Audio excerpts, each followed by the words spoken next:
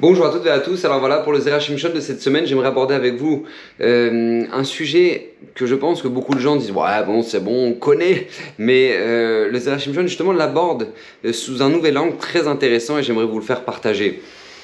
Vous savez, je rappelle, le Zera Shimshon a fait une promesse que tout celui qui étudiera son livre régulièrement méritera une multitude de bénédictions, lui-même qui a perdu son fils, son seul fils qu'il avait, et donc du coup n'a pas eu de descendance et a comme seul, entre guillemets, descendance ses enseignements, et par conséquent il bénit tout celui qui les propage et qui les étudie. Donc Baruch Hashem, voilà, vous en avez pas mal sur la chaîne maintenant, vous pouvez partager au maximum. C'est très important, le Ham Israël a besoin de bénédictions.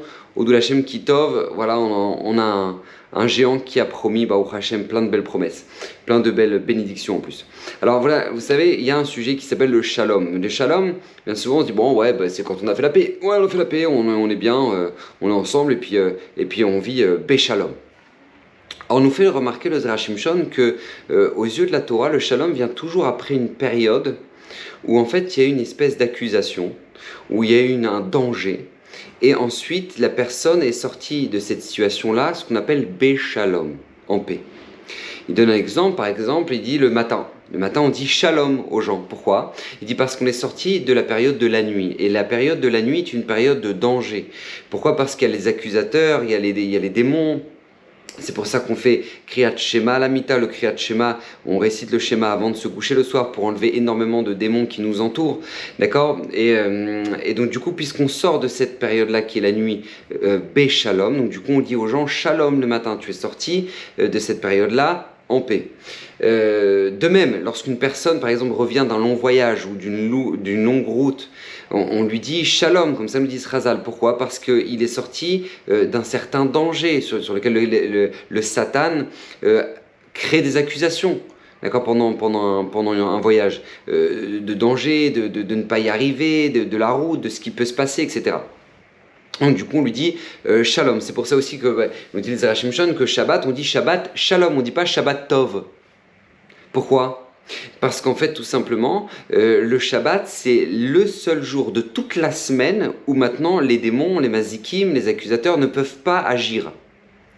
Et donc par conséquent, on est tout de suite dans le shalom. Donc on dit Shabbat, shalom. C'est pour ça que par exemple, Motzei Shabbat, d'accord, le samedi soir, c'est la période où en général les fêtes sont les plus olé olé. D'accord, où les gens ont la plus grande tentation de sortir et faire des bêtises. Pourquoi? Parce que justement, c'est le moment où les mazikim peuvent à nouveau redescendre dans le monde. Et ils se lâchent au maximum. D'accord, c'est pour ça qu'on ne dit pas Shavua Tova.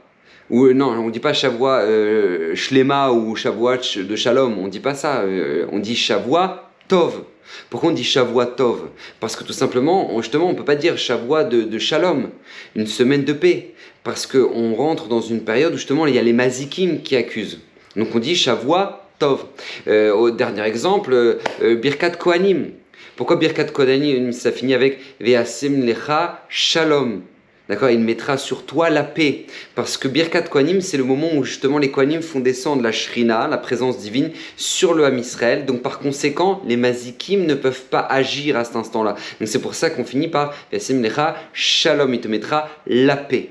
Ok, c'est important, c'est intéressant de le comprendre. Pourquoi? Pour la notion suivante, c'est parce que dans la paracha, par exemple, on aborde la notion de Pinchas. Et Pinchas, lui, qui a priori a fait un acte terrible parce qu'il va embrocher Zimri ben Salou et Cosbi Batsour à cause de leur débauche.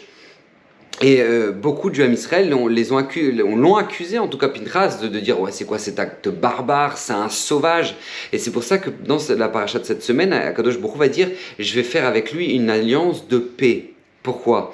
Parce que justement, dû à la faute de Zimri ben Salou et Cosbi Batsour et toute la débauche du Ham Israël, les Mazikim sont descendus dans le Ham Israël, le Satan, l'ange de la mort, a commencé à attaquer le clan Israël et ça devait être une hécatombe. Une hécatombe. Akadosh Baruch Hu le dit lui-même. Si Pinchas n'avait pas arrêté la Magefa, n'avait pas arrêté l'épidémie, il ne resterait plus rien du Ham Israël.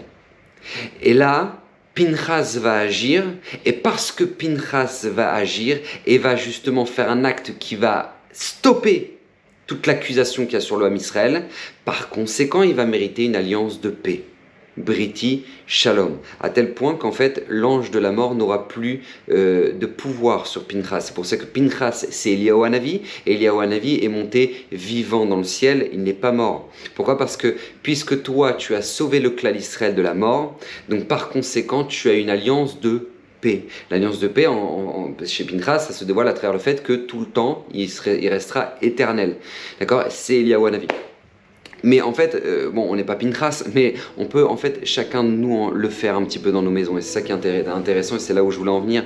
Parce que vous savez, la Gemara nous raconte que Rabbi Meir Balanès, veille de Shabbat, il arrivait à côté d'une maison et il entendait à chaque fois du hurlement. Ouais, ta chemise! Ouais, va nettoyer la terrasse! Et toi, t'es toujours pas douché! Bref, c'était la guerre dans la maison, quoi. Et Rabbi Meir Balanès a fait en sorte de, justement, pendant 2 semaines de suite, rentrer dans cette maison, essayer de faire le shalom, faire en sorte que maintenant il y ait la paix, il n'y ait plus d'accusations sur cette maison qui soit créée dans le shalom bayit, etc. Et donc par le fait qu'il va créer l'harmonie et qu'il va faire partir l'ange accusateur, le Satan qui veut absolument créer la discorde dans le couple, et ben le Satan lui-même va dire « Oi les Rabbi Meir, oi à Rabbi Meir qui m'a jeté de cette maison ».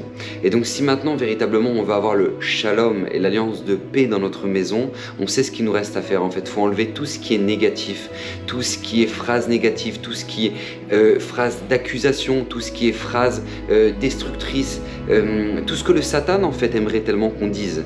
À partir du moment où on se sépare de tous ces mauvaises choses, ces mauvaises phrases, ces mauvaises tendances, et bien tout simplement on rentre automatiquement dans une alliance de paix dans nos maisons. Et Baruch Hashem, il n'y a que bracha qui peut résider par conséquent, et la Kadosh Baruch Hu réside justement dans les maisons où il y a la paix. Donc Baruch Hashem, c'est ça le message. Le shalom vient toujours après une certaine accusation, un certain combat contre les forces du mal, et Baruch Hashem, quand on s'en sort, on en arrive à un shalom. Et c'est ça qu'on doit faire dans nos maisons, c'est ça qu'on doit faire dans notre entourage, et c'est ça que nous a appris Pinchas, qui lui-même a mérité une alliance de paix. Qu'Hashem vous bénisse, à la semaine prochaine.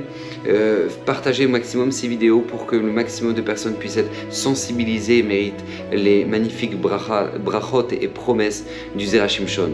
Bruchim Tio.